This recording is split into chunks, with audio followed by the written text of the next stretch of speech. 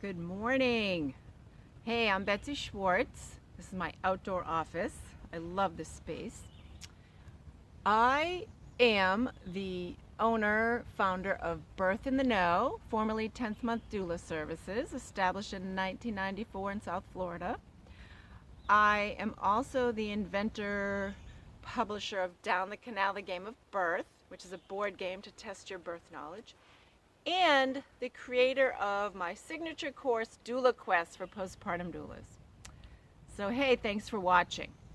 This video is about when your client wants to quit breastfeeding. Now, there are a lot of variables here, so I'm going to back it up. First of all, you've got to have clear communication, and you're observing ideally. Now this is, say, somebody you've been working with for a couple of days or so, a few days early on, and this is what's presented. She's talking about quitting breastfeeding. She made the decision to breastfeed. Maybe there have been some challenges.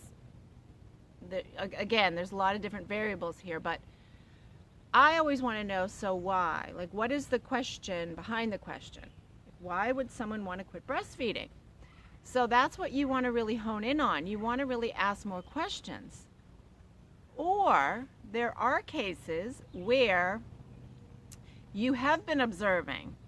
And I want to give you an example. This is what comes to my mind. And this is a client I worked with years ago with twins who had said she did want to breastfeed.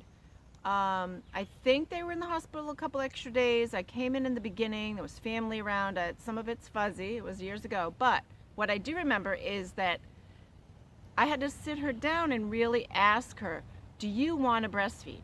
Because I was getting mixed messages and I did not know what my role was with this beautiful newborn baby and this new mother and family. Because what happened was she was on a pumping schedule per the IBCLC, and it was a regimen that I was totally willing to follow and help her with.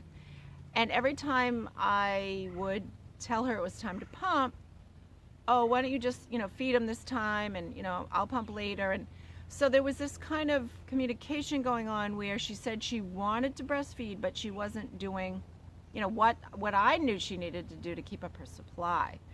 But I didn't want to push it on her either.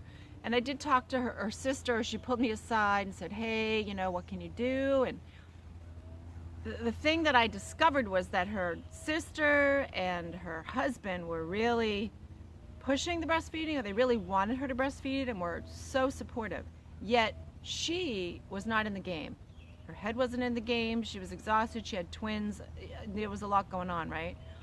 So as much as postpartum doulas and all doulas, birth workers, are advocates for breastfeeding, we simply know the facts about formula breastfeeding. That I don't have to get into that. But what does your client want? What are her wishes? What's the family wishes? What are you hearing? What are you observing? What are you noticing and seeing? And if you're not sure, ask. It's okay to ask questions, and it is okay to simply ask, do you really want to breastfeed? Now, it can be challenging because we really want to give it our all, but it's not about us, right? It's about the client. What do they want? So when your client wants to quit breastfeeding, you may have to ask more questions and figure out what's going on. Maybe it's a sleep issue and not even a breastfeeding issue, right? Maybe it's she's getting pushed and pushed and she just really doesn't want to do it. Maybe there have been some challenges, some hurdles you're unaware of, and she's really having a hard time, and maybe you can overcome that with her.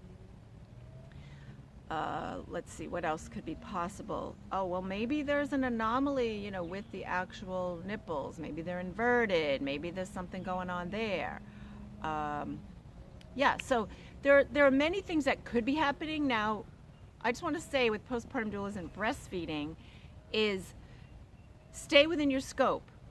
When I first started, I didn't know a lot about breastfeeding, right? I was new. What did I know? I remember running into cracked and bleeding nipples, day 3 on a job with somebody, and what did I do? I remembered some stuff I learned. I was with her emotionally. I called in some help. I didn't know what I was doing really in the beginning, right? So you're going to learn, but don't be afraid to ask, all right? Just don't be afraid to reach out, which is why your resources are very important, and that will be another video. Okay, so there's a lot to know about breastfeeding. There are people that go to school for years. I have my CLC, which is Certified Lactation Counselor, and still, there's always more to know. Don't be afraid to say you don't know, but you'll find out. Okay, so that's one of the tips I have for you. And when it comes to breastfeeding, hopefully you're meeting with somebody before they have the baby. You're finding out what they know, what do they want to know, where are they at. This is about your client's wishes. You can over-educate, you can under-educate, you can say and do all you want. At the end of the day, what does this client want, and how can you help her, them, family, partners achieve what they want? As a postpartum doula, you want to help them tune in to their own intuition and what they really want. And that's, I believe, what's missing a lot of times. When your client wants to quit breastfeeding, what do? What do you say? Who do you ask for more support, for more help? How do you handle that situation? This can be thinking on your feet, because perhaps you were never presented with this challenge before. This is a new client. You're a new postpartum doula. What do? You've got to learn to trust your own instincts, think on your feet, and be resourceful. And of course, for me, it is sad when someone does want to quit and I have to help them quit. So let's talk about that for a minute. How do you help someone quit breastfeeding? Everything you're taught says support, promote, protect breastfeeding. Yes, I get it. However, if your client truly doesn't want to breastfeed, how can you help her to stop? So it should be gradual. There may need to be just a little bit of pumping involved, not for milk supply, but just to alleviate discomfort. Some people still use cabbage leaves. Look that up. It's back and forth with that. But the story is that it can help dry up the supply. I believe there are some teas.